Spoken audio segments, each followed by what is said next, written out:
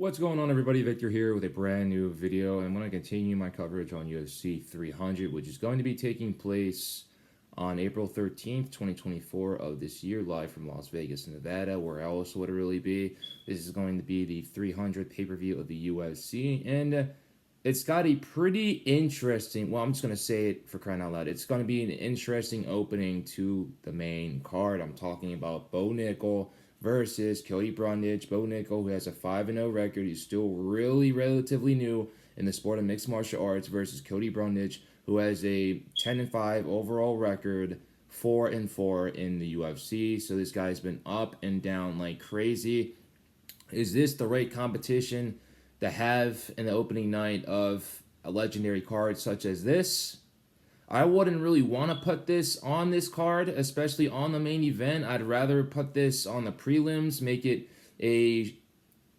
the main fight for the prelims, basically going into the main card itself, but it's not going to be that way. The UFC is absolutely pushing Bo Nickal to the max, but they're giving them the right matchups at the end of the day, which is good. They're not rushing him too much, but they are rushing him a little bit because they want him to get that shine. They want him to get that stardom. They want him to become a future champion in the organization. Obviously, he has a lot of credentials in NCAA wrestling. He's considered to be one of the best wrestlers of his time, of his generation in college wrestling. Won 4 straight NCAA championships with Penn State University, which is considered to be the best program for college wrestling in the United States of America at this time. Cody Brundage did do a lot of wrestling himself. He won more than 100 matches in his high school career. I believe he won 128 and 22 or something like that in 4 years. He did go on to wrestle at a small college in South Carolina. So both these individuals are wrestlers, but the higher quality wrestler is going to be Bo Nickal, just because of all of his accolades that he has accomplished. Also competing in the international stage as well. But when people look at Bo Nickal, they think he's just a wrestler. But ever since he's gone into the UFC with his 2 fights, he ended up demolishing Jamie Pickett, who had a UFC record of 2-7, and also Valentin Woodburn, who currently has a UFC record of 0-2. So the UFC is obviously giving him some people that aren't on his level of competition, that don't have a lot of name value. Cody Brundage, on the other side, he has lost to people before in the past. He ended up trying to get into the UFC through the Contender Series, lost to William Knight, who's no longer in the UFC. Won a fight in LFA, got into the UFC, and now he's 4-4. He's won against people such as Jesse Reese, I believe that's his name. I could be wrong, but his last name was Reese. It was his last fight. He ended up TKOing him via body slam. He did win against Jacob Malkoun, which was in a lot of controversy because it was a disqualification win as a result of an eye poke. He also did win against Tresean Gore, who at that time was a pretty good fighter, and I believe he's gone 0-2 or 3 since coming into the UFC. Tresean Gore, who almost fought in the finals of his season of The Ultimate Fighter. So he's been up and down, but he has lost against quality competition. He lost against Michel Oleksiejczuk. He also lost against Adolfo Vieira. So Cody Brundage, he's beating low-level competition, and he's losing to high-level competition, which is not a recipe for success in the UFC. He does train in Factory X in Denver, Colorado, with the likes of Dustin Jacoby and also Anthony Lionheart Smith. So he's training with quality guys, and there's one thing that Anthony Smith has said on multiple podcast platforms in the past, is that he has trained with Cody Brundage in the past, and if he were to apply himself in the octagon the same way that he applies himself in practice, he could be considered one of the best middleweights in the world, but he just doesn't show up on fight night. That's going to be a problem against the caliber of fighter that Bo Nickal is. Bo Nickal, who's been in the UFC for about 2 years now. I believe he just had a kid, so he's going to be extra motivated coming into this fight. He is also a boxer. Throughout his youth, his parents put him in boxing classes, so he does have a boxing background as well. Did he ever compete in anything competitive via boxing? No, it was just mostly wrestling, but he did compete in boxing as a youth, going to the boxing practices, going to boxing schools and everything like that. So he does have good hands. You can obviously see that with his last fight against Valentin Woodburn. He did knock him out in the first round as well.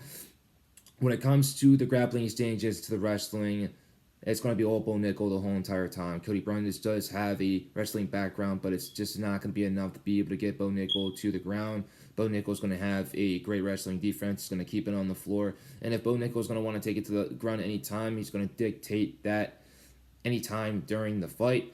If the fight does stay on the feet and these two individuals are going to exchange in any type of blows, then I believe that Cody Brundage is going to have a lot more power than Bo Nickal, because Cody Brundage is a pretty large individual for the UFC middleweight division, and Bo Nickal is still trying to fill his body out a little bit more, just because he's still new in the sport and he's still new to the UFC. So as he continues to keep piling on fights, he's going to continue to keep on dieting better. He's going to continue to fill his body out a little bit more better. He's going to continue to mold his body into a UFC middleweight fighter, as it should be. But like I said, he's going to continue to keep on getting these fights, which is lower competition, until he continue to go up the ladder little by little by little. But I do like this matchup with Cody Brundage. Does this fight go the full 3 rounds? I don't think so at all. I think Bo Nickal is going to get some competition off of Cody Brundage, but Cody Brundage just makes a lot of mistakes, and he does make a lot of fight IQ mistakes in the octagon, which has cost him before in the past. Also, the thing with Rodolfo Vieira, he did a pretty bad job of trying to keep the fight on the feet. It was on the ground. By the time it got to the ground, he ended up getting submitted. And then when it came to Michel Olejniczak, obviously he was trying to stand and bang when he should have taken the fight to the ground, because Michel is a overall well-rounded fighter. Decided to keep it on the feet and ended up getting knocked out. So his octagon IQ is not the best. Bo Nickal, for his octagon IQ, it's really, really high right now, especially for someone that's relatively new in the sport, and is going to continue to keep on getting higher. He does train over an American Top Team over in Coconut Creek, Florida, with some of the best coaches in the whole entire world. And as he continues to train there, he's going to continue to keep on getting better and better and better, because they have some of the best fighters in the world. I'm talking about Dustin Poirier.